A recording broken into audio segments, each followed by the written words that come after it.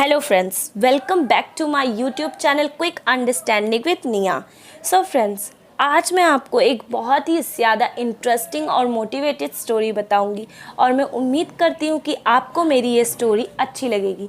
और फ्रेंड्स, इससे पहले भी मैंने आपको एक स्टोरी ही बताई थी और अगर आपने वो स्टोरी नहीं देखी है तो उसकी लिंक मैंने डिस्क्रिप्शन में दे दी है, आप वहाँ से उस स्टोरी को देख सकते हैं। सो फ्रेंड्स, आइए हम आज की स्टोरी स्टार्ट करते हैं। और फ्रेंड्स, सेकंड थिंग, आप ये पूरी स्टोरी ज़रूर देखिएगा क्योंकि ये जो स्टोरी है वो बहुत ही ज़्यादा इंटरेस्टिंग और बहुत ही ज़्यादा मोटिवेटेड स्टोरी है। सो फ्रेंड्स, स्टोरी में स्टार्ट करती हूँ। ये जो स्टोरी है वो एक गांव के पास में एक खेत होता है और वहाँ पर एक सारस पक्षी का जोड़ा रहता है और वो सारस पक्षी जो होता है उन्होंने अंडा दिया होता है और समय के साथ साथ वो अंडे में से बच्चे निकल आते हैं, पर वो जो बच्चे होते हैं वो अभी उड़ने योग्य नहीं होते हैं और उनको उड़ने में अभी वक्त होता है। पर जो वहाँ की फसल होती है वो पक जाती है। तो वहाँ का जो किसान होता है वो एक दिन आता है वहाँ पर और आता है तो वो कहता है कि फसल पक गई है, अब मुझे लोगों को बुला के फसल को काटना चाहिए। तो सारस पक्षी जो होती है वो बहुत ही ज़्यादा परेशान हो जाते हैं, उन्हें समझ नहीं आता है क्योंकि अभी जो उनके बच्चे होते हैं वो अभी उड़ने योग्य नहीं हुए थे और वो एक स्थान से दूसरे स्थान पर पलायन भी नहीं कर सकते थे।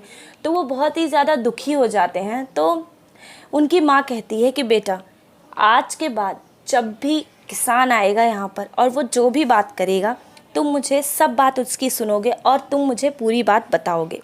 तो एक दिन सारस जब चारा लेकर शाम को घर आया तो उसके बच्चों ने कहा कि माँ, आज किसान आया था और वो इधर उधर देख रहा था और फिर देखने के बाद उसने बोला कि फसल जो है वो पक गई है, कटने योग्य हो गई है, तो चल के गाँव वालों से मदद लेंगे और उनसे कहूँगा कि वो मेरा खेत आकर कटवा दें। सारस ने कहा, बेटा तुम लोग डरो मत, खेत अभी नहीं कटेगा, अभी खेत कटने में देर है। कई दिन इसी तरीके से बीतने लगे।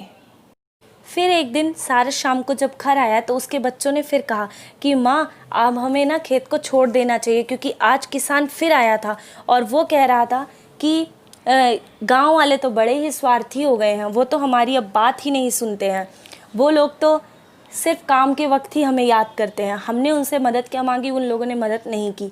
तो माँ, वो कह रहा था कि अब मैं खेत कटवाने के लिए किसी और से मदद मांगूंगा और अपना खेत जल्दी से जल्दी कटवा लूँगा। सारस ने अपने बच्चों से कहा कि तुम अभी निश्चिंत हो जाओ, खेत अभी नहीं कटेगा, अभी खेत को कटने में काफ़ी वक्त है। इसी तरीके से 2-4 दिन 5 दिन और बीत गए। धीरे धीरे सारस के बच्चे जो थे वो थोड़े थोड़े बड़े होने लगे थे, उनके पंख आने लगे थे। तो ऐसे ही दिन बीतते गए। एक दिन फिर किसान आया तो इसी तरीके से उसके बच्चों ने उसकी बातें सुनी और उसकी माँ जब शाम को घर आई तो उसने अपनी माँ से कहा कि माँ, किसान आज फिर आया था, आज वो कह रहा था कि अब मैं अपने भाइयों को बुलाऊंगा और अपने भाइयों से कहूँगा कि वो आकर मेरी मदद करे क्योंकि गांव वाले तो बड़े ही स्वार्थी हैं, वो लोग तो हमारी बात ही नहीं सुनते हैं, अब तो मैं अपने भाइयों से ही मदद मांगूंगा। तो इस तरीके से जब माँ आई तो बच्चों ने माँ से कहा कि माँ, इस तरीके से किसान कह रहा था, अब हमें छोड़ देना चाहिए। माँ ने बोला, बेटा तुम लोग अभी निश्चिंत रहो, खेत अभी भी नहीं कटेगा। माँ ने बोला कि तुम लोग अभी आराम करो, अभी खेत नहीं कट रहा है। बच्चे फिर निश्चिंत हो गए। फिर बच्चे एक माँ से कहने लगे, माँ, किसान तो हमें ऐसे ही डराता रहता है, खेत वेत काटना नहीं है, आकर हमें झूठ मूठ का बोल देता है और खेत कटता नहीं है उसका। फिर एक दिन फिर सारस जाती है चारा लेने के लिए बच्चों के लिए और अब धीरे धीरे समय के साथ उसके जो बच्चे थे वो उड़ने लगे थे धीरे धीरे और अब उसके बच्चों के पंख वंख सब आ गए थे और वो उड़ने लगे थे। तो एक दिन और किसान आया तो सारस के बच्चों ने इसकी बात सुनी। तो जब माँ आई तो बच्चों ने कहा, माँ, किसान आज फिर आया था और आज वो कह रहा था कि अब तो भाई लोग भी बड़े स्वार्थी हो गए हैं, वो तो मेरी बात ही नहीं सुनते हैं, भाई होकर भी हमारी मदद नहीं करते हैं, अब तो खेत मैं कल सुबह आऊँगा और अपना खेत अपने आप काटूँगा, मुझे अब किसी की आवश्यकता नहीं है और मैं किसी से मदद नहीं लूँगा, अब अपना खेत मैं अपने आप काटूँगा। इस तरीके से जब माँ आई तो ये सारी बातें बच्चों ने अपनी माँ से कहा। माँ बहुत ज़्यादा घबरा गई। माँ ने कहा, बेटा हमें जल्दी से जल्दी दूसरे स्थान खोज लेना चाहिए।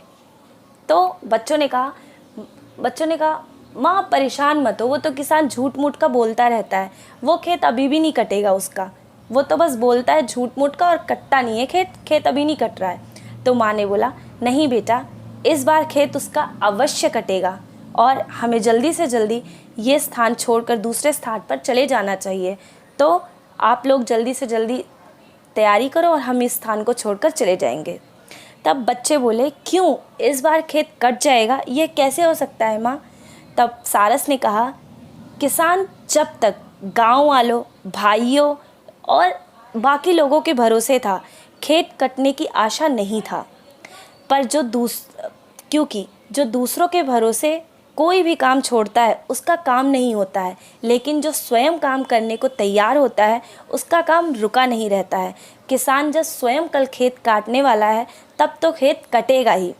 तो बच्चे इस तरीके से उसके अपने बच्चों के साथ सारस उसी समय वहाँ से उड़कर दूसरे स्थान पर चला गया। सो फ्रेंड्स, आपको इस कहानी से क्या शिक्षा मिलती है आप मुझे कमेंट सेक्शन में ज़रूर बताइएगा।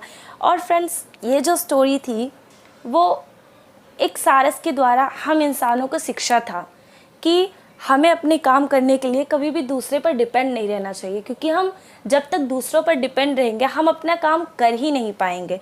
जब तक हम अपने काम के लिए खुद जागरूक नहीं होंगे, हम खुद अपने काम को लेकर काफ़ी ज़्यादा अपनी लगन नहीं दिखाएंगे, तब तक हमारा कार्य पूरा नहीं हो सकता है। इसी तरीके से फ्रेंड्स, ये जो कहानी थी, जब तक किसान दूसरों के भरोसे था उसका खेत नहीं कट गया, पर जिस दिन उसने ये ठान लिया कि आज वो आकर अपना खेत स्वयं काटेगा तो उसका खेत कैसे रुक सकता था। सो फ्रेंड्स, आप लोग भी अपनी लाइफ में कभी भी दूसरों पे भरोसा ना करके अपने आप पे भरोसा करो, ताकि आपके जो भी ड्रीम्स हैं, जो भी काम है, वो आपका ज़रूर हो जाएगा। So friends, I hope guys you like this story and thank you so much.